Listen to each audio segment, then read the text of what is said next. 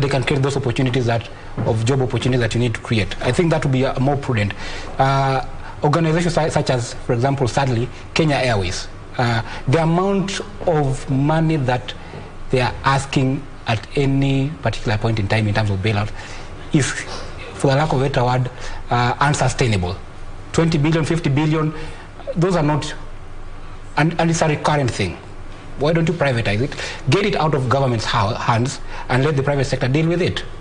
In terms of oil, and this is my humble opinion, is that the Petroleum Development Levy, whether you want to call it a stabilization fund or a subsidy fund, to me it's a double-edged sword.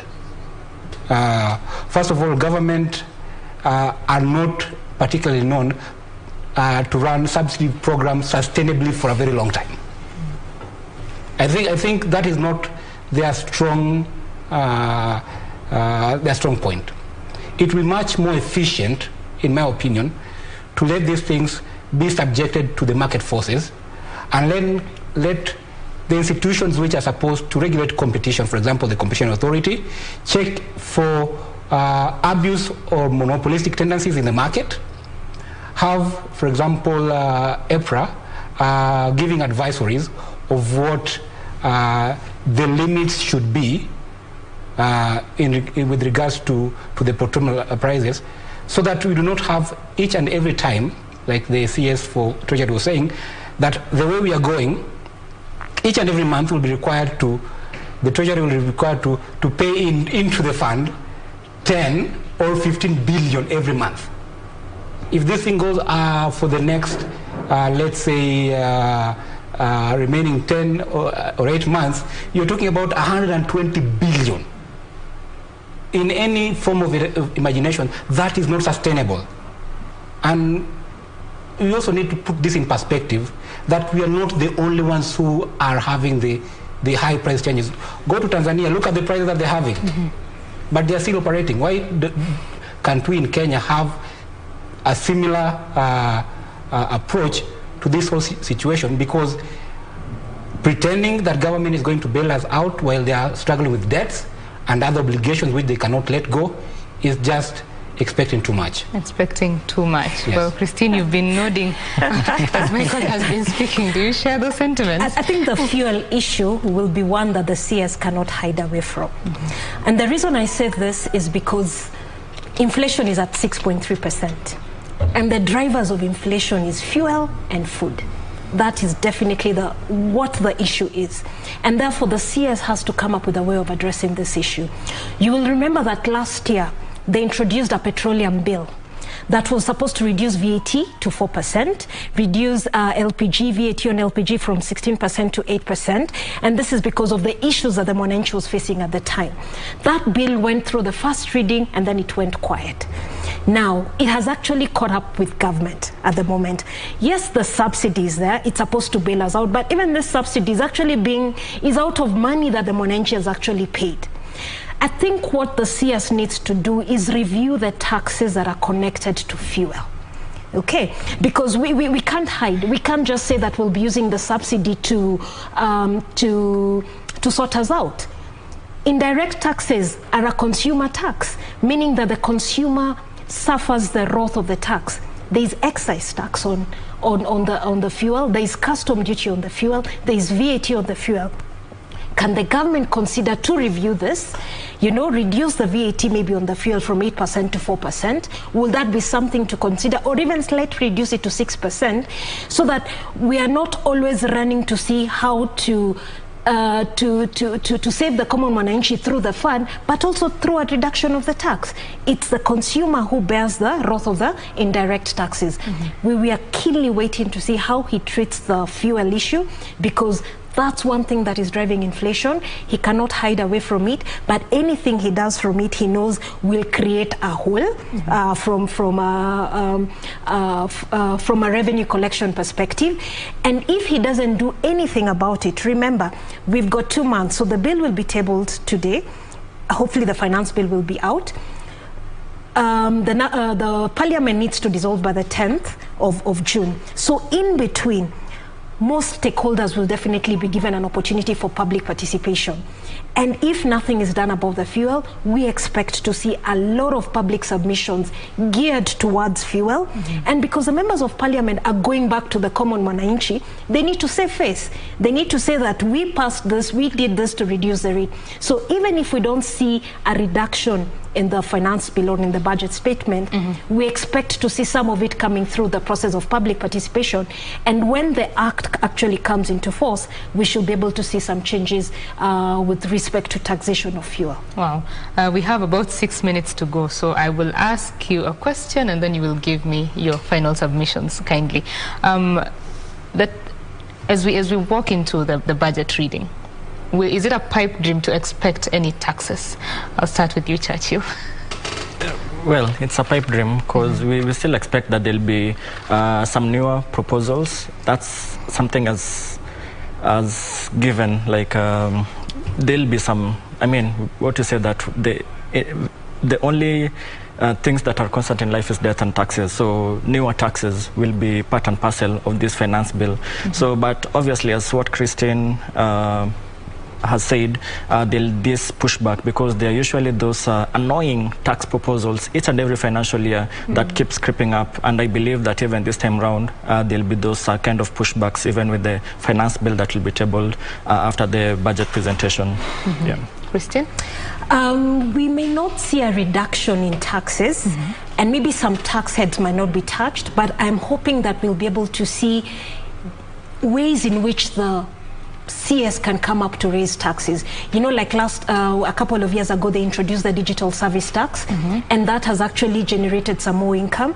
And this is because we had a lot of businesses going through the digital space that was not being subjected to taxation. So I think with the Revenue Authority and the National Treasury, they'll have to come up with ways, if they're not to touch the current taxes, to expand the tax base, bring more taxpayers into the ambit of taxation in order to manage the 3.3 trillion budget. You can imagine junior school is just about to begin, you know? So a lot of money has to go into the educational sector.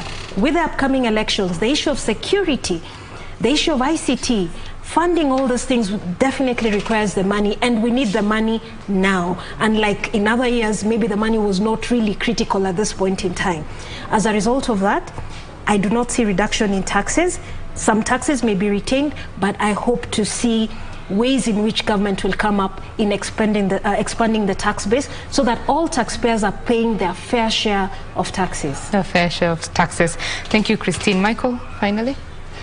Your question represents the whole situation. At this particular point in time, what usually happens is that Kenyans usually know what they're going to get taxed on. The finance bill is usually at this particular point in time before the reading of the budget already out in public domains, because it shows or communicates how government is going to raise revenue. Now we are going into a situation where the budget is being read, where everybody, including parliamentarians, who this budget making process is squarely their domain.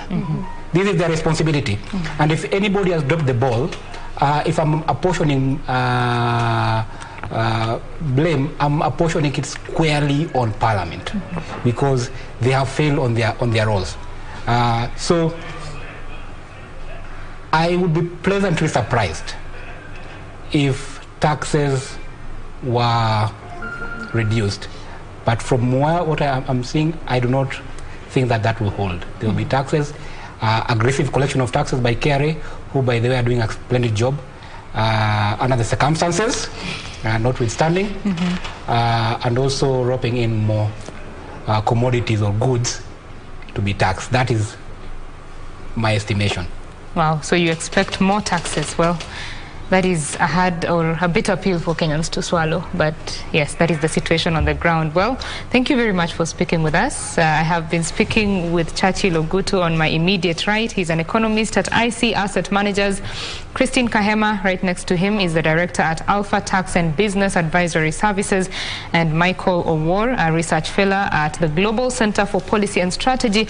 And we just have been delving into the budget, the numbers that we are expecting Treasury CS Ukur Yatani to read. And when as we continue with this conversation, I just want us to get into the areas that Uhuru's government has been has been focused on, matters infrastructure and development. Well, over the years, infrastructure budgeting has been quite massive. There have been massive infrastructure projects going on. And just what impact have these had on the economy? I think I'll start with you, Michael.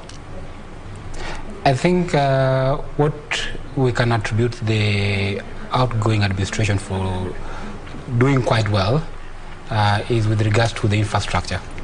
The debate over the costing and otherwise, I think those ones can be had in a different forum. Yeah. But there's a general appreciation that there have been massive improvements. We have the roads being constructed, and these are things which will have will be that with us for a longer period of time. What I'm expecting is that this being a transitional government, I foresee that the last of this government budget will be more or less with regards to the Big Four agenda and finalizing the legacy projects.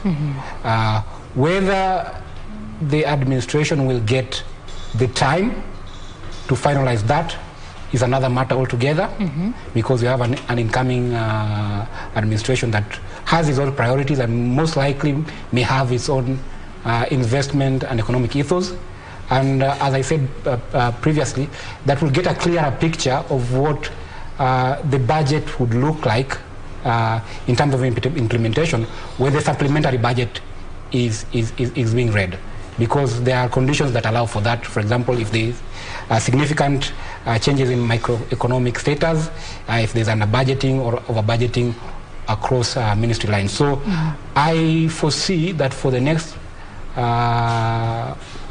cycle, maybe from August, there'll be a shifting of those funds into priority areas for the new administration rather than for the Kenyatta administration, and that will leave a lot of white elephants if not clearly harmonized. Yes. Do you share those sentiments, Christine? Yes, I do, and I'm thinking that from an infrastructure perspective, remember this is a developmental saving to the extent that there should be a return on investment on this infrastructure, because the infrastructure is supposed to spur growth, and we are seeing a lot of public-private partnerships that have resulted in the growth of this sector, and also government going into it. I'm hoping that we can also get to a point where we evaluate the return on investment of that infrastructure and how it has contributed into the growth of the GDP. Once we see that, it will definitely help us focus on putting money where we know we are going to get the greatest return as government. And maybe with that, we'll be able to generate our own revenues, reduce debt, and also cushion the common mwananchi by not just using tax as a way of generating revenues, but focusing on the infrastructure project as ways to raise government revenue. Yes. As ways to raise government revenue. Churchill, the issue of infrastructure, I mean, the government has been pumping in a lot of money. Have we seen return on investment? Yeah, on one hand, there's what you said, there's that pumping of money towards infrastructure. We've seen both roads being built, as a railway and all other infrastructural projects, and yet return on investment, we are not even seeing that commensurate. And from the Treasury side point of view, they're looking at all the projects that needs to be, the capital projects needs to have a return of investment of at least 10%. But if you just go one by one, all the projects that have been done, can we confidently say that they are giving us a return of 10%? It's on the contrary. And just to look at the bigger picture, we have this Vision 2030 blueprint, whereby we are in the sunset year of the third medium-term plan, and that's where the Big Four was carved out of. And we are getting into a transition whereby the next administration will not be dealing with Big Four. There'll be other issues that will be dealt with. So probably the issues around Big Four is as good as dead. Yes, the infrastructure was supposed to be enablers of the Big Four, but right now, if we start looking at the Big Four sectors, we might just say probably it's as good as we didn't do much. So overall, the kind of growth model that has been within this administration has been focused on the infrastructure, and that's on investments. And yet, what even we heard from the interviewer who was talking about unemployment, it now speaks about consumption side rather than investments. Yes, they are good, the investments. It now gives us like, 6% growth, 5% growth, but not everyone is feeling that growth number. But if it's more or less reoriented in one way, or the policymakers come up with a mix whereby there's that matching that this is consumption driven, whereby it leads to people getting meaningful jobs, that's where people might feel the growth in the economy. So probably that will be the task for the next administration, whoever will be, just to at least ensure that more employment opportunities are created by the growth model that will be employed. But having said that, and the other thing that I also fault the agencies is the dearth in data, in the sense that what's the unemployment rate? Today, 7th of April, or the latest figures, what was the unemployment rate? No one knows, because this data, once Kenya National Bureau of Statistics started publishing it on a quarterly basis, and then it stopped. But we need to be like up to date. Like today, this is the unemployment rate. These are the people who are not employed, and if we can be able to find ways of at least ensuring there is that data set and trying to plug, is it a skills match, what is the issue that these people are not getting jobs, and then trying to find solutions around that. I think that will be a way of ensuring that there's this growth. Yes, there's investments on the other side, but more inclined towards consumption. Yeah. It's very important to have data that is updated, in real time, so that you can make decisions based on the situation, the actual situation. Now, as we look at this budget, we've said that it's what the next regime is going to use. Michael suggested that the budget is capped at a certain point to allow us to stop chasing after it. Is there more that the next government can do, and just how messed up is the situation for them? Even as we head into the polls in August, Christine? I think as a country we need to start focusing on the expenditure section. I mean, if we are to cap it, it means that we really need to focus on all the line items from an expenditure perspective. I know with the constitution, we now have many governors, county members, members of parliament. We are here. Yeah, but how do we ensure that we are reviewing each and every line and leaking any instance that is resulting into revenue leakage? The issue of corruption, how can we deal with it such that it becomes a reality? Because I always say Kenyans are very energetic, they can thrive. Yeah, because I mean, going through what we've gone through and we can still survive, it means that we are a very strong generation. So can we look at all those levels of revenue leakage and seal them through accountability by government? Can we get to a position whereby we are getting quarterly updates? This is what you gave us. This is how we have used it. Everyone is driven from an accountability perspective, from the top to the bottom. If we do that, we can be able to seal. If we are not able to manage that, I can tell you it will be very difficult to have a seal on the expenditure. Yeah. Accountability, and as Michael said, budget caps. Michael, do you think there's more that can be done? Of course, there's more that can be done. And essentially, from where I'm sitting, I'm looking at what would be the priorities for the next government. One of it, as Christina has correctly mentioned, is to cut the fat, manage the expenditure. Number two, I think it will be also imperative for the next government to drop, and whoever wants to become the next president, they need to drop populist programs which do not yield substantial returns in investment.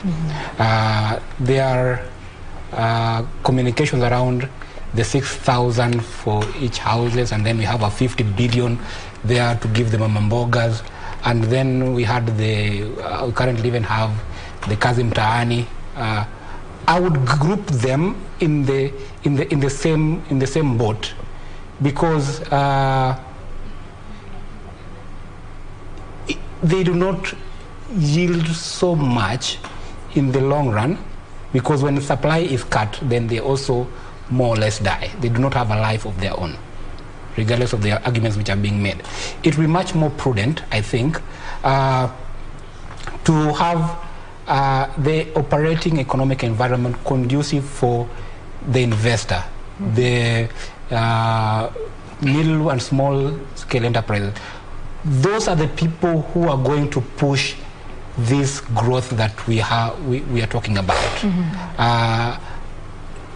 Devoid of that, it will be pretty difficult. So it's, first of all, cut the expenditure, have that budget cap so that let your incomes catch up with the expenditures, reduce, and that enables you to reduce the amount that you're borrowing from the local market, which I also think that it will harm the economy more, if that is the thought, because of what Churchill says is the crowding out effect.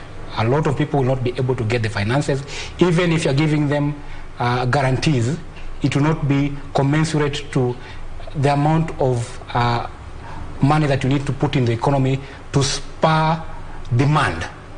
I think that is more important at this particular point in time, rather than to increase expenditures. Yes. Very important. Well, thank you very much for your thoughts. I will give each of you 20 seconds to give me your final thoughts. I'll start with you, Michael. Interesting budget today. I'm really looking forward to it, and I just hope that there's a reason for the delay, and it's a good reason, especially for the Kenyan people.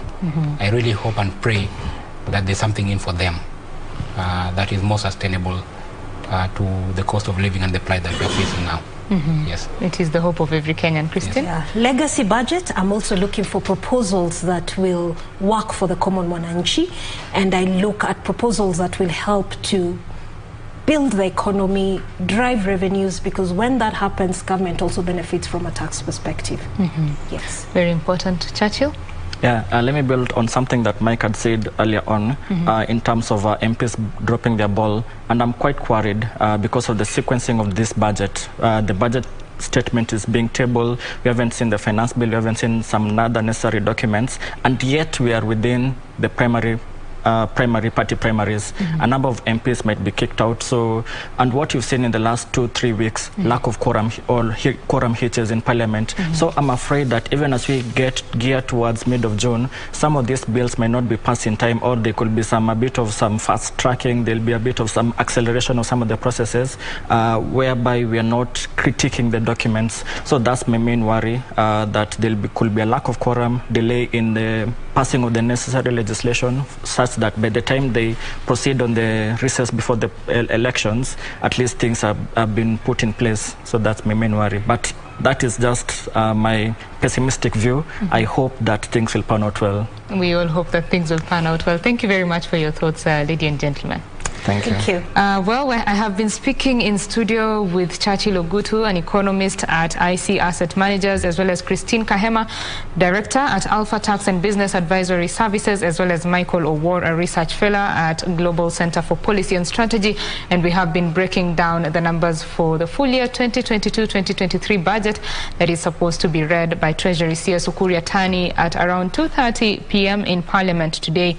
And now we want to switch our broadcasting to the Swahili language, and my colleague Timothy Kipnusu is standing by in the CBD to give us the latest. For me, I am done here. My name is Betty Kiptum. Do enjoy the rest of your viewing. Bye-bye.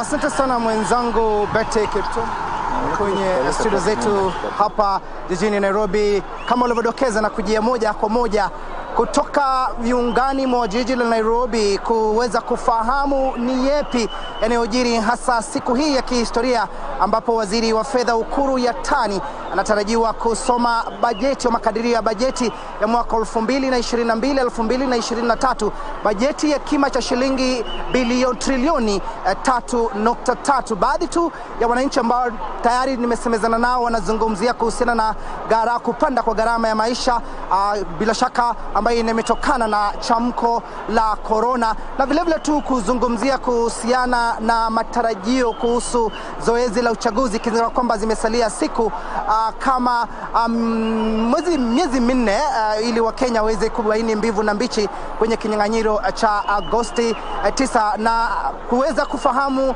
maoni au semi za wananchi kuhusiana na matarajio yao kuhusu bajeti na jiunga na mmoja wao. Asante sana kujiunga nasi huko mbashara kwenye KBC Channel 1. Matarajio yako ni yapi waziri Uhuru Yatani atakaposoma bajeti mwendo wa saa 2 au saa 8:30 hivi? Kwa majina naitwa Kennedy. Matarajio yangu kwa haya makadirio ya bajeti ya mwaka huu 2022, matarajio yangu ni mengi, ijapo sina uhakika kwamba yanaweza timishwa, kwa sababu hii ni bajeti ambayo imekuja kwa wakati mbaya. Hivi sasa tuko na vita ulimwenguni kati ya mataifa mawili ya Ukraine na Russia, ambao yameleta mtetemeko wa bei ya bidhaa za muhimu sana duniani.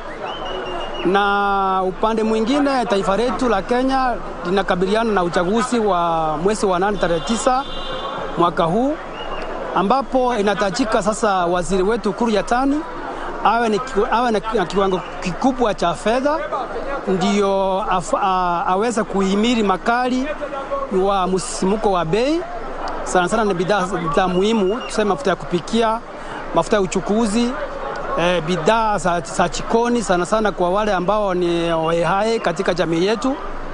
Nafikiri Uhuru Yatani lazima afanye ile inaitwa balancing act kwa umakinifu sana, lakini uchumi wa sasa wa taifa letu sidhani kama utahimili. Nafikiri matarajio ya wengi wananchi wa Kenya ni kwamba haya ni makadirio ambayo yatakuwa mazuri kwa karatasi. Lakini kuzungumzia kuhusiana na kiwango kikubwa zaidi ya fedha ambayo bajeti hii imetengwa, masuala yapi kinaganaga ambayo unataka pengine waziri Uhuru Yatani aweze kuangazia kwenye bajeti hiyo? Kando na kupanda kwa gharama ya maisha, umezungumzia kuhusiana na mfumuko wa bei ya bidhaa muhimu kama vile mafuta. Kando na hayo, pengine masuala yapi mengine? Swali zuri sana hilo Bwana Timothy. Mimi kama mwana Kenya halisi anayetakia taifa letu mazuri, kipaumbele ningetaka ipatie idara ya elimu. Taifa letu limeanza kukaribisha mtaala mpya ambao unaitwa CPC, ambao ni mtaala ambao unahitaji tembecheo nyingi, sana sana walimu ambao wamehitimu vilivyo. Haya, na wengine wengi wapelekwe katika mafunzo ambayo inahitaji pesa za dharura. Kiwango kingine cha pesa, kiwango kikubwa ningetarajia kielekezwe upande wa hizi taasisi za uchunguzi kama EACC, NIS, KRA na zinginezo. Ndio hao wakurugenzi wa hizo idara mbalimbali wawe na fedha za kuajiri wataalamu ambao wamehitimu katika hizo nyanja. Tuseme kama hii ya EACC, wale ambao wamehusishwa na urachi rushwa ama vitendo vyovyote vile ambao ni vya ufisadi, kesi zao siendelezwe, na kesi hasiendelezwe kama hakuna ufadhili wa kutosha wa kifedha. Wataalamu waachiriwe, machachi wengi waachiriwe, ndio hao wakurugenzi wahakikisha kwamba kesi zote ambazo wenye wanataka kuwania katika vyeo mbalimbali kwa uchaguzi vimemalizwa kwa wakati ambao ufaao, ndio tusiwe na viongozi ambao ni wataberi, ambao wachahitimu vizuri, ambao hawana nyendo nzuri, wasiwe katika debe. Kiwango kingine kipelekwe kwa upande wa sekta ya mafuta. Kuna ile inaitwa rusuku, ndio wapewa rusuku, ndio wasiwe na hii hulka ya kuongeza hizi bidhaa za mafuta kiolela. Wapewe rusuku kama mwesu, naelewa rusuku ya kitita cha bilioni 34 ambazo rais wetu mpendwa alitia sahihi, na sasa tumeanza kuona mafuta imeanza kuonekana katika mitaa mbalimbali. Rusuku hiyo ikadiriwe na makadirio yake, ndio watu wasiche wakapatiwa nafasi tena ya kupandiza. Haya, ningependa tena pia kiwango kingine kiende katika project za president. Hizi projects ambazo rais alikuwa ameanza, na tunaelewa kwamba ana muda mfupi sana kuwa ofisini. Hizo pesa zitangwe vizuri, siwe na matumizi mazuri. Hizo projects sikamilishwe kwa wakati ambao ufao. Asante. Ndio kusindisa rais nyumbani tukimruhusia matusi ambayo yafanya. Asante, maoni mazuri zaidi. Kwa sababu ya usawa wa kijinsia, pengine nipate mwanadada. Asante sana kwa kuweza kuzungumza nasi kwenye KBC. Karibia hapo mwanadada, pengine tueleze wewe vile una matarajio yapi, pengine ungevua kofia hiyo ili uweze kuonekana vizuri. Matarajio yapi ni yapi waziri Uhuru Yatani atakaposoma bajeti hii leo? Asante. Kwa majina naitwa Nancy Machasio, na mimi kama mama natarajia watapunguza bei ya bidhaa, sana sana hizi vitu ambazo tunazihitaji sana kwa jikoni na basic needs, basic food ile tunahitaji on daily basis kama maziwa, sukari, unga na mafuta ya kupika. Yeah. Asante sana. Mwisho pengine asante kwa kuzungumza nasi. Karibia hapa, wewe unaitwa nani? Matarajio yako pengine sekunde 30. Naitwa Dibora Dhuranira, na mimi chenye naweza taka waongelele ni issues za wanafunzi. Comrades wanasumbuka sana juu ya school fees. Like this year wengi sana wamecall off juu ya kukosa school fees. Alafu wengine wanaenda kutafuta vibarua na ambapo sijui walete 5 years of experience. Sijui wakienda kutafuta attachment unaambiwa sijui ukwe na connections huko juu. Sasa issues zimekuwa ngumu sana kwa comrades na watu shughulikie.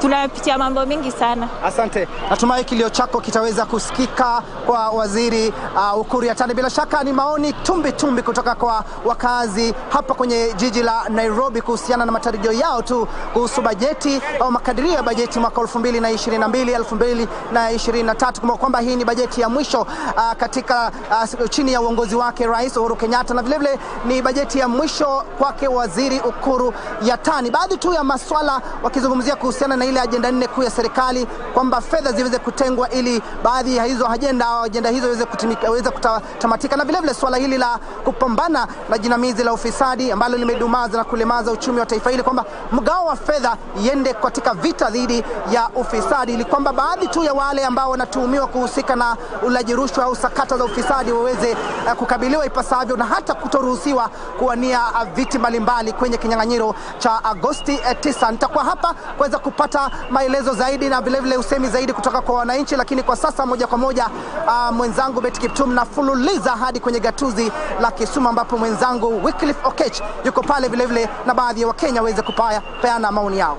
Kazi kwako Wycliffe Okech.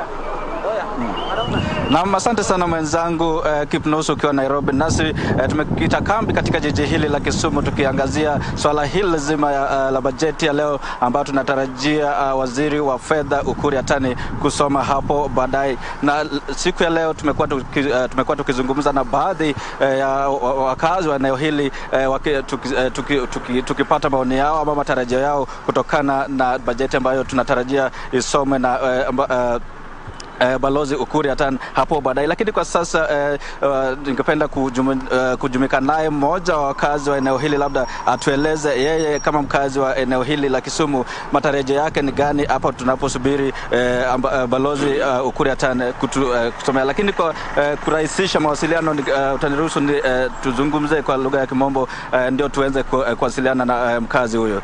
Brother, probably if you can speak to us and you'll explain to us your name and what is your expectation ahead of the unveiling of this year's budget. I'll hold it for you. It's okay. I'm just a Somolo. Well, what I expect from the budget of today from the CS in Kisumu, we have 3 economic activities. That is fishing, agriculture and business. And the entire city is stricken by lack of fuel within this region, and this is anchored to every sector. We've been affected so much, and we don't expect the budget to hike anything, particularly the consumable goods at this time. Yes. And if you look at this region, like you've rightly put it, it's the farming, the fishing that are the dominant economic activities here. And we've seen the farmers actually complaining about the price of the farm inputs, talk about the fertilizers and all that. What exactly maybe you would expect the budget, the finance ministry to incorporate in the budget probably to mitigate the high prices of farm inputs? I think the farm inputs, they need to reduce the prices of fertilizers so that we can feel at ease and promote the agricultural sector. And we believe we don't expect any hiking this time in terms of agricultural input items.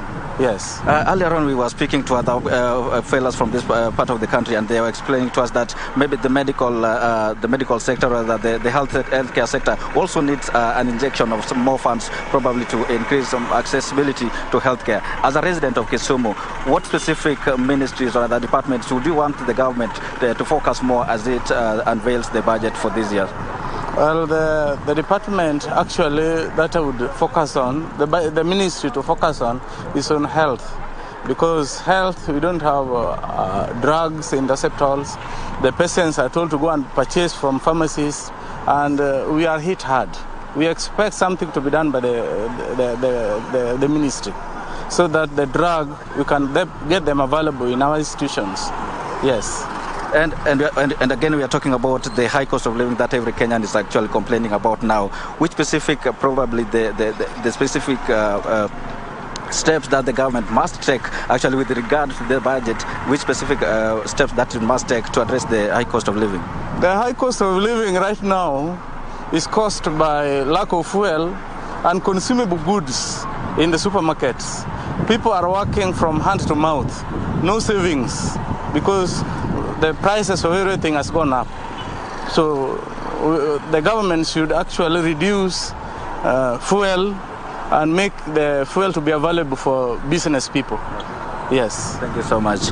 Gladys, huyo tu ni mmoja wa wakazi wa eneo hili akizungumza nasi kuhusiana na masuala hili zima la bajeti ambayo tunatarajia balozi Kuria Tan kusoma hapo baadaye. Lakini jinsi umesikia akizungumza akisema kwamba uhaba wa mafuta labda ndio umepelekea uchumi kukua ngumu, labda Wakenya wamekuwa wakilalamikia hali ngumu ya maisha, na jinsi umeweza kusikia wewe mwenzangu akisema hapo ni kwamba uhaba wa mafuta ambao unashuhudiwa nchi mzima labda imepelekea hali ya maisha kuwa ngumu hivyo. Na hivyo jinsi umeweza kusikia kutoka kwake, anatarajia kwamba bajeti inaposomwa leo pengine wizara ya fedha itakuwa inatia manani kwa swala hilo la uhaba wa mafuta, ili kuhakikisha kwamba bei ya bidhaa za kawaida inashuka na Wakenya kuweza kuishi maisha ya kawaida. Hili ni jambo tutakuwa tukiendelea kufuatilia kwa karibu na kuwapasha ama kuarifu watazamaji wetu jinsi hata baadaye hapa baada ya bajeti hiyo kusoma. Lakini kwa sasa ni hapo studioni Gladys.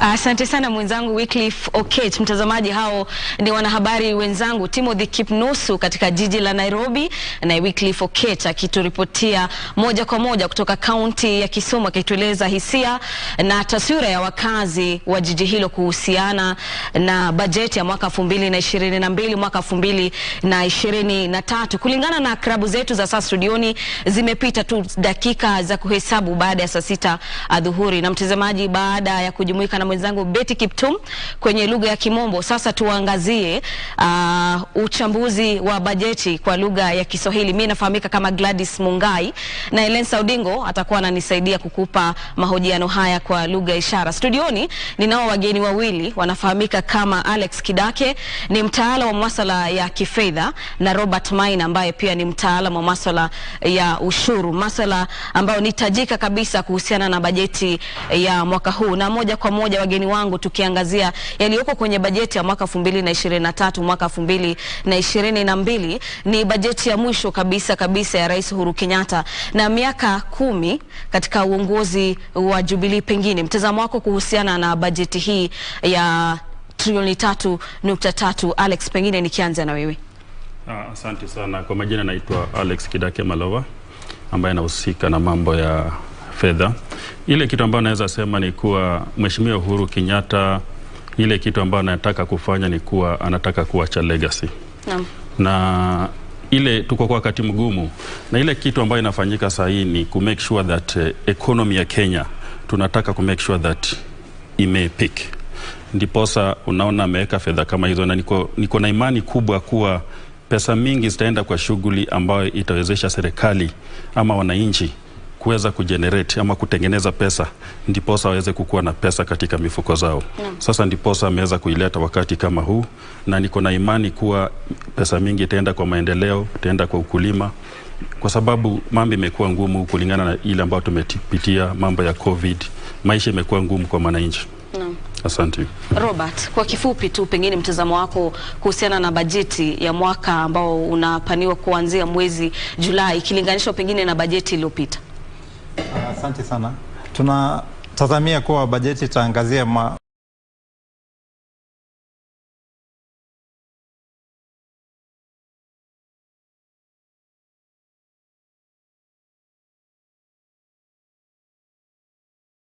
mambo kadhaa.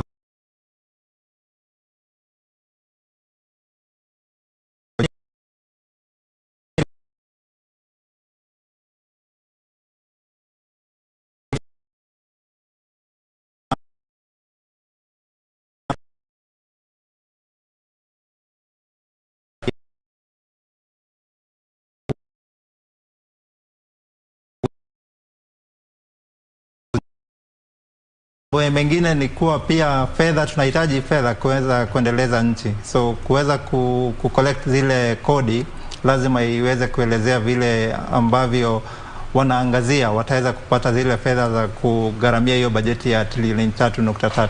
Naam. Yeah. Alex, Robert anadhamiria kwamba ni sharti bajeti ijikite kwenye masuala ya wananchi, hasa ikilinganishwa kwamba swala la gharama ya maisha limepanda.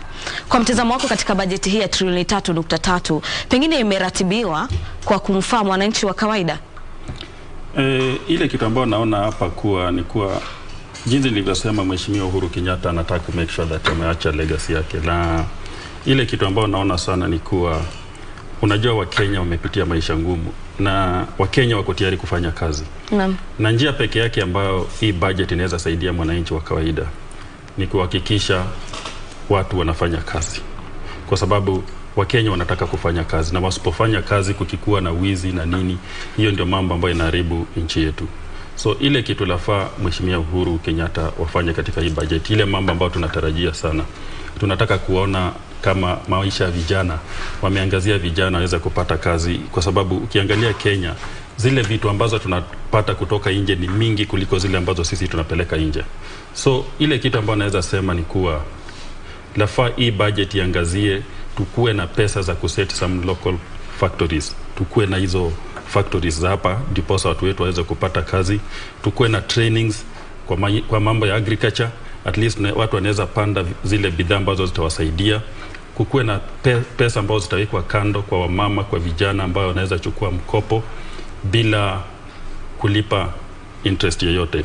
Na jambo lingine ambayo inaweza saidia hii nchi yetu sana ni sana mambo ya vijana, kwa sababu unajua the percentage ya vijana iko juu sana. Unajua vijana ndio msingi wa kila kitu. So ile kitu ambayo tunatarajia kuona katika hii budget ni kuwa wataangazia mambo mingi sana, kwa sababu vijana wetu wamekuwa idle. Hata ukiangalia mambo ya mpira hakuna, mambo ya sport hakuna kitu yote ambayo inaendelea. Na kuna election na tumetoka kwa COVID. Watu wamepoteza kazi, watu wengi wako nyumbani wamekaa na kazi, wengine mshahara imepunguzwa mpaka saa hii jarudishwa juu. So vitu kama hizo, mambo ya tax, lazima ukiangalia mambo ya ushuru, kuna bidhaa kadhaa kama unga nini, hizo lafaa zitolewe, tupewe tax exemption. Alafu ile kitu ya muhimu sana ambao naweza sema serikali lafifanya, serikali lafaa iwache kukopa pesa kwa benki za hapa nchini. Naam, tutazungumzia masala ya mikopo. Ikilinganishwa kwamba deni la taifa linaonekana linazidi kupanda. Lakini Alex, umezungumzia swala la bidhaa, kuhakikisha kwamba bidhaa ambazo zinaagizwa kutoka mataifa ya kigeni kuja nchini hazizidi zile ambazo pengine Kenya inatoa na kupeleka katika mataifa ya kigeni. Kunao mpango katika bajeti kwamba bidhaa ambazo zinaletwa kutoka mataifa ya kigeni na kuuzwa Kenya ziongezewe ushuru. Pengine kwa mtazamo wako kama mtaalamu wa masuala ya kifedha, hii ni njia mojawapo kuhakikisha kwamba tunapanua sekta ya manufacturing ama miundo msingi na utengenezaji wa bidhaa nchini, na wala sio sana kutegemea pengine bidhaa za kutoka mataifa ya kigeni? Hapo nadhania serikali hapa imepotea. Ule mtu ambaye ameweza kuadvise rais amepoteza kidogo, kwa sababu kuna vitu zingine uwezo kubadilisha tu overnight. Lazima kuna process, kuna utaratibu. Ile kitu ambayo inafanya hizi, unaona, ukiangalia, wacha tuangalie katika kitu kama nguo. Ukiangalia nguo za hapa Kenya na nguo ambazo zinatengenezwa China. Nguo ambazo zinatengenezwa China, ukiangalia quality yake iko sawa na bei yake iko chini. Ukiangalia hapa Kenya, unaangalia quality chini iko chini na shida kubwa ni bei iko juu. So ile kitu lafaa serikali ifanye, lafaa kwanza ianzishe technical training. Tukue na mafunzo. Ndiposa tuweze kukompiti na hizo nchi zingine. Juu watu ukiniforce ninunue bidhaa za hapa ambazo quality yake iko chini na bei yake iko juu, sitaweza kununua. Alafu shida nyingine ambayo inatuumiza sana hapa Kenya, ukiangalia katika, unajua tunategemea sana bidhaa ambazo zinatoka nje. Hata ukifungua factory yako hapa, lazima raw material na kila kitu in most cases lazima itoke nje. Hata kama ni factory ya kutengeneza nguo, unakuta material inatoka nje. So ukiweka hizo bidhaa, ukiweka bei ya juu, ile kitu itafanyika, ndiposa huyu mtu aweze kuuza bidhaa zake na aweze kutengeneza faida, lazima auze bei ya juu. Na ile kitu imeumiza hii serikali. Ile kitu nataka kusema ni kuwa ukiangalia process ya kuleta mzigo Kenya. Mimi nimekuwa nikileta bidhaa kadhaa hapa Kenya na najua ile kitu inafanya bei ya vitu zinakuwa juu. Hata sana si ushuru, ni ile process. Unakuta unaleta mzigo wako, inaenda Kenya Port Authority. Kitoka Kenya Port Authority, hiyo mzigo inaenda kwa kitu inaitwa CFS. Hii CFS, unakuta mwenye hii CFS ni ama tajiri ndio wenye hii CFS. Unakuta wanaongea na wale maafisa wa KRA, wanawaambia hii mzigo process delay, ndiposa tuweze kutengeneza pesa mingi kwa storage. Na hiyo ndio kitu inaleta shida. Unajua the moment umeweka hizi shida zote, hii mambo yote, hii expenses yote itaendea the common mwananchi. Ndiposa unaangalia zile nguo ama bidhaa ambazo zinatoka China ama zinatoka India ama zinatoka Turkey, zinapitia Mombasa. Zikishapitia Mombasa, zikuwe za Uganda ama za Kenya, zinapitia Mombasa. Mtu wa Uganda ndiposa afikishe Uganda atalipa transport ya kutoka Mombasa paka Kampala. Na huyu mtu wa Kenya atachukua mzigo wake aanze kuuza. Lakini ukiangalia the end product, ule mtu wa Uganda ana bei yao inakuwa cheap paka watu wanatoka Kenya wanaenda kununua Uganda. Kwa sababu process ya Uganda ni rahisi sana. Serikali yetu iamini mtu wa kawaida. Ndio sababu ukienda Uganda unaleta mzigo yako, unatumia document, unalipa baadaye. Kenya kuna process imekuwa ngumu sana. Ndiposa vitu hapa ziko very expensive. Naam, Alex, unapozungumzia kuhusu changamoto kama hizo kwamba mizigo inaekezwa kwa muda ambao ni zaidi ili kuokota hela zaidi. Ukiwa mtaalamu wa masuala ya kifedha na pengine kiuchumi, tatizo kama hilo linafaa kutatuliwa vipi? Nakumbuka kuna wakati Mheshimiwa Musalia Mudavadi alikuwa anasimamia mambo ya fedha. Na KRA hiyo wakati kulikuwa na shida kubwa sana. Aliweza kuintroduce a system ambayo ilisaidia serikali kucollect ushuru mingi. Ile kitu ambayo nataka kuambia Wakenya, lazima tuweze kuiga mambo jinsi hizi countries zingine zinafanya. Kwa sababu hapa Kenya mambo mingi lazima ukuwe na cash, ukuwe na fedha. Serikali lazima trust mwananchi wa kawaida. Tukuwe na system whereby unaweza leta mzigo ikuje kwa godown yako, uanze kuuza, alafu ulipe baadaye. Na kukikuwa na vitu kama hizo, utakuta si lazima ukuwe na pesa. Ukiangalia katika hizi nchi zinaendelea, unakuta hata ukitaka kuagiza mzigo, kama uko na relationship mzuri na benki yako itakugaranti mzigo ikuje. Hujaweka pesa, hujaweka chochote. Na kule umeongea labda na huyo supplier, umemwambia akupatie siku 90 ndipo uweze kumlipa. Unaweza kuta hiyo mzigo imekuja, imefika kwa duka yako, umeweza kuuza kabla wewe kutumia shilingi yako hata moja. Hii itakusaidia huyu mwananchi wa kawaida aweze kupata hiyo mzigo kwa bei rahisi. Alafu kitu kingine lazima serikali, unajua saa zingine lazima ukiangalia katika nchi ya Tanzania bado wanafanya ile mambo ya chain of distribution, whereby kama wewe ni manufacturer lazima mzigo wako ukimalizana nayo kimanufacture upeleke kwa distributor. Distributors apeleke kwa stockist. Ndipo iende kwa the last person ambaye ni consumer. Ukiangalia ukipeleka through this process inasaidia both the manufacturer, kwa sababu ukiangalia manufacturer ataweza kukua na advantage ya huyu distributor atamlipa cash, so atakuwa na pesa. Huyu distributor ataprovide warehouse pale pa kuweka mzigo. Na yeye itaweza kusaidia watu wengi kupata kazi. Yes. Tumshirikishe Robert kidogo na tuzungumzie athari za masuala ya uchumi katika taifa la Kenya, hasa kutokana na janga la COVID-19. Uchumi wa nchi umeonekana biashara mingi zimefungwa na hata zingine hata kuhakikisha kwamba shughuli zao zinakwenda chini kidogo. Na kunayo taswira ama dhamira kwamba serikali haijatenga pesa za kutosha kufufua uchumi. Kwa kimombo wanaita stimulus package. Sijui kama mtaalamu wa masuala ya ushuru na kifedha, mtazamo wako ni upi kuhusiana na kutengwa kwa fedha katika kufufua uchumi wa Kenya? Asante sana kwa hilo swali. Kwa kweli serikali imetenga fedha mwaka uliopita na pia miaka miwili iliyopita imetenga fedha za kusaidia kufufua uchumi. Labda ile inaweza kuwa gap ni kuwa fedha ambazo zimetengwa hazifiki wengine, zinafikia wengine, lakini kuna wale bado wamebaki nje ya ile kuwa beneficiaries wa hiyo stimulus package. Ukiangalia la kwanza, nchi ya Kenya tuko na wakulima wengi, sekta ya ukulima ndio kubwa sana, lakini ukiangalia pia zile fedha ambazo tunaekeza kwa hii sekta ni kidogo sana. Na kwa hivyo unapata yale mapato ambayo yanafikia mkulima na wale wananchi wa kawaida, na ndio wengi, inakuwa kidogo. Ukiangalia kwa sasa hivi wakulima wanasema kwa bei ya bolea iko juu, bei ya malisho ya ng'ombe iko juu. Vitu zote ambazo mkulima anahitaji kuweza ile kupanda mimea, kulisha ng'ombe zake ndio aweze kupata hela zake, zinakuwa iko juu. Serikali tumesikia ikisema kuwa itaweza kupunguza bei ya hizi bidhaa. Tunatarajia hizi zitaweza kuangaliwa kwa hii bajeti, ndio mkulima aweze kununua bolea kwa bei ambayo anaweza. Ukiangalia ile malisho ya ng'ombe aweze kununua, ndio aweze kupata mapato. Sababu ukiangalia hizo fedha zingine wanasema ni kupatia wananchi ndio waweze kufufua biashara, lakini tusipoangalia ile sekta kuu ya ukulima tutaacha watu wengi nje. Jambo lingine ambalo serikali pia inafaa kuangalia ni pia Alex venye amesema wale watu ambao wanaleta bidhaa kwa nchi wanapata mambo, saa zingine kuingiza mizigo hapa inakuwa ngumu, lakini pia serikali kuna yale mipango imeweka. For instance tunasema kuna ile inakuanga authorized economic operator. Labda wananchi wengi hawajui kunayo ile namna ambavyo unaweza kuwa umepatiwa ruhusa ya kuingiza bidhaa bila kupitia ile process kubwa ya kuingiza bidhaa. Kama tume umeweza kuhakikisha na KRA that wewe umekuwa ukilipa ushuru wako inavyofaa na wakati unavyofaa, hiyo inamaanisha kuwa ile process yote unaiondokea, bora tu unafanya declaration. So kunazo mipango zimefanywa, lakini labda serikali haijahamasisha kila mwanabiashara kuwa kuna ile njia ambayo wanaweza pata ya kuhakikisha mizigo inaingia haraka na wanaweza endelea na biashara yao. Lakini nyinyi kama wataalamu, pengine mnafanya nini kuwashirikisha wachuuzi na wafanyabiashara kuhakikisha kwamba ndio wanafuata zile ngazi ambazo zimewekwa, lakini katika kufuata huko sheria ambazo zimewekwa pia hawatozi pesa zaidi kuliko hata faida wanazopata kwa biashara zao?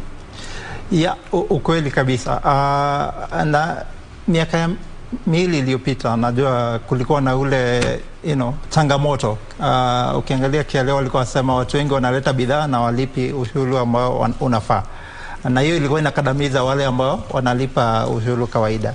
So wakajaribu kuleta ile system ya kujaribu kuharmonize, lakini ukiangalia the way hiyo mambo ilifanywa haikuwa kabisa, ilikuwa kuna zile gaps ambazo hazikufiliwa. So sisi yale tunafanya kama sasa mimi mtaalamu, tunakuanga na sessions, saa zingine tunaelezea wanabiashara ni vipi wanaweza ingiza mizigo zao hapa kwa nchi kwa njia rahisi na kuhakikisha zile additional cost kama hizo wanasema additional storage cost, ukiweka vitu sana zile kwa let's say kwa warehouse zinapunguka. So tunajaribu kuhamasisha, lakini kuna ile pia serikali ilikuwa na delay kubwa before iweze kusaidia mwananchi aweze kuelewa ni vipi utaleta mizigo zako na zisiweze kukaa huko sana ndio uweze kutozwa pesa zaidi kuliko ile faida unapata. So ni kuhamasisha wananchi ni moja, na pia serikali iweze kuongea na wananchi, kuweka kuwa wanajua what is happening, na pia ile sasa wanabiashara pia na wao waweze kulipa ile ushuru, because hiyo imekuwa shida pia kuwa watu wanajaribu kuleta mizigo walipi ushuru kodi, ili hali wengine wanaleta na wanalipia kodi, so inakuwa ile unakuwa na unfair advantage. Kuna yule amelipa hajalipa, so wakileta bidhaa hapa Kenya mwenye hajalipa ataweza kuuza kwa bei kidogo, so inakuwa ile kubalance ndio serikali iko najaribu, lakini kulikuwa na zile changamoto pia. Alex, katika mwaka tulioko wa bajeti wa mwaka 2021 mwaka 2022 serikali ilipania kupata trilioni 1.8 halmashauri ya ukusanyaji ushuru.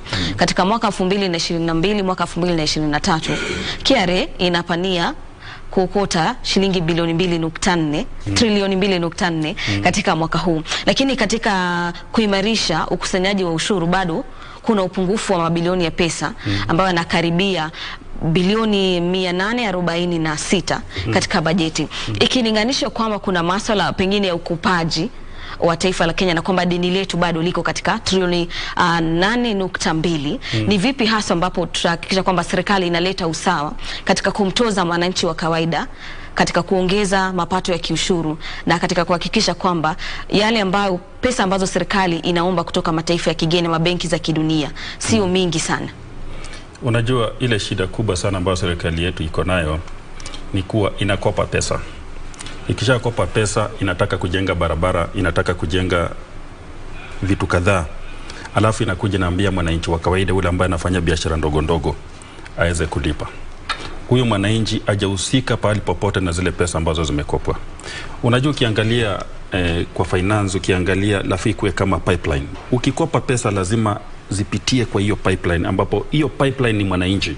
Lazima hizo pesa, kama kuna pesa zote ambazo zimeingia Kenya, lafaa ule mwanabiashara hata ule mdogo afeel hizo pesa kuna pesa zimeingia Kenya. Lakini kama mkileta pesa mweke kwa barabara, mnaweza tengeneza nchi kuwe very beautiful, lakini watu hawana pesa. So ile kitu unajua kama sasa ukiangalia ile kitu ambayo inafanyika ni kuwa ukiangalia hii nchi yetu ya Kenya, ile kitu kubwa sana serikali imefanya, wale watu ambao wamepewa kazi ya kumarket country yetu hawajui kazi ambao wanafanya, kwa sababu kuna lot of potential katika nchi. Nataka kukupatia example moja katika nchi moja ambayo inaitwa Vietnam. Ukienda Vietnam utakuta kuwa China wale wafanyikazi wa mkono mshahara ilikuwa imeenda juu zaidi, mpaka walikuwa nalipwa same na 1,100 za Kenya, 100,000 ya Kenya. Lakini kitu ambacho Vietnam walifanya, walikuta Vietnamese walikuta watu wengi ambao wana kazi. So waliweza kwenda China wakaambia wa Chinese, sisi kitu ambacho tunaweza fanya, tutasaidia hizi factory zenu, government italipia kila kitu, factory zenu zikuje kwetu, lakini 80% mwajiri watu wetu. Unajua kazi ya serikali si kutengeneza faida, ni kutengeneza maisha ya mwananchi wa kawaida ikae mzuri. So ile kitu iko, kama kunaweza kuwa na mtu anaweza market Kenya, kuna watu wengi. Unajua kuna human resource ni asset kubwa sana. Kama kunaweza kuwa na vile unaweza market Kenya, tuseme kuna watu wengi Kenya na wanaweza fanya na pesa kidogo kama 30,000, 40,000 kwa mwezi. Kuna factory mingi sana zinaweza leta Kenya. Kama kuna vitu mingi ambazo zinaendelea, kuna activities mingi, haitakuwa ngumu kwa serikali kulipa hiyo deni. Sababu hizo pesa zikikuja hata kucollect ushuru, ukipitishia, unaona ndiposa unakuta serikali, hata ukiangalia hata tenda zingine, biashara zingine, serikali ina compete na mwananchi wa kawaida. Alafu ukiangalia sana wale watu, ile kitu la serikali kuja na vitu na some incentives za kupatia wanabiashara. Tuseme kama mimi nimeweza kuajiri zaidi ya watu 100, serikali lazima iniheshimu hata kuliko ule mwanasiasa. Lafaa nipe. Ukienda kwa nchi zingine utakuta huyo mtu ambaye ameajiri watu wengi, hata gari yake number plate ni special, kwa sababu ni mtu ambaye anasaidia uchumi wa taifa. Unajua ukiangalia katika serikali ambayo ilikuwa ya Mheshimiwa Mwai Kibaki, uangalia serikali ambayo ilitoka, unakuta hiyo system, ndio sababu nasikia inaitwa system. Hakuna mabadiliko, hakuna ule mtu ambaye anakuja kwa uongozi aseme tunataka tubadilishe mambo. Ndipo sasa tukiangalia katika uongozi wa Kenya unakuta kuwa hata kusipokuwa na kichwa bado mambo yanaendelea, ni kama system ishasetiwa. Lakini hakuna mtu anaweza jua vitu zinaweza badilika. Ndipo ukiangalia katika mambo ya technology, vijana wetu wanaweza tengeneza pesa mingi sana kupitia hizo simu na mitandao wako nazo, lakini hawajui. Hakuna mtu wa kusaidia, hakuna mtu wa kuelimisha. Kuna njia mingi, ile kitu tunaweza ambia serikali inaweza collect hizo pesa ambazo inataka, kama inaweza husisha mwananchi wa kawaida. Mwananchi wa kawaida kama pesa zinakuja, wacha mwananchi afeel kuna pesa zimekuja. Na kama ukiangalia ile kitu kingine ambayo inatuumiza sisi kama wa Kenya, enda kwa nchi kama Dubai. Ukienda Dubai unakuta serikali inaheshimu wenyeji sana. Ukienda Dubai unakuta bei ya maji ya mwenyeji na wale foreigners si same. Mwenyeji analipa pesa kidogo. Ukienda Dubai ukikuta hata bei ya stima na bei ya bidhaa unakuta hata taki wenyeji wanalipa pesa kidogo. Lakini ukikuja Kenya unakuta hata serikali tunaheshimu wazungu sana. Ukiona mtu na ngozi nyeupe unakuta hata vile anatritiwa ni different. Hata biashara zako unaweza kuta wana harass ule mama mboga naye ambaye ni Mkenya, lakini hao watu wengine. Lakini ukienda katika hizi nchi zingine unakuta wana treat. Lazima tusaidiwe, hata kama ni license, hata kama ni nini, tusaidie especially hawa mama ambao wanakuja na biashara ndogo ndogo, ndiposa wakaweze kuweza kuendelesha biashara zao, na tuweze kuweka incentives. Ukiweza kuajiri watu kufika 10 unapata kitu kama hii, kwa sababu ukiangalia biashara mingi katika nchi zote, labda Kenya 60% ya biashara ambazo zinaendelea nchi zote 60% ni biashara za serikali. Kama wewe unataka kukua tajiri, lazima ufanye biashara na serikali. Kwa serikali na control 60% ya biashara zote nchini. Hakuna vile unaweza tengeneza na wananchi wa kawaida.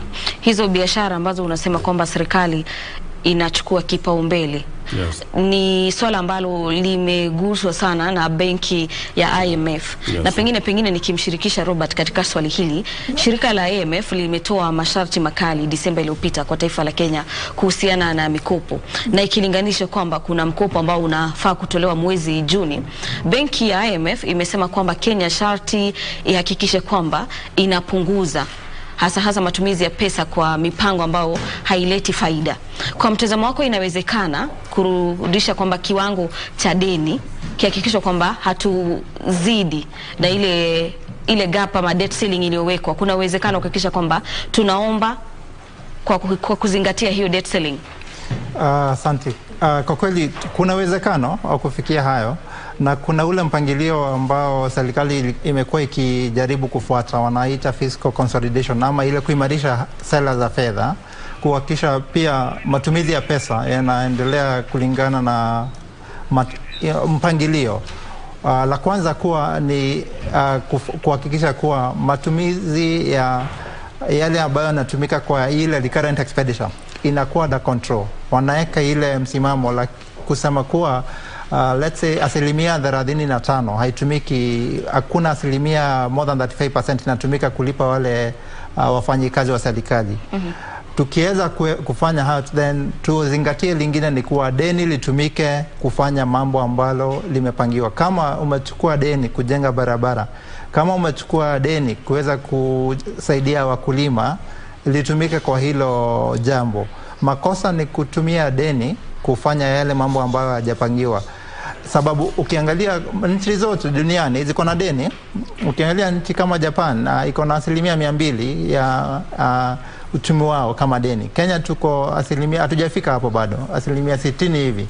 So kuna ile bado uwezekano that tunaweza chukua deni zaidi, bora tu litumike linavyofaa.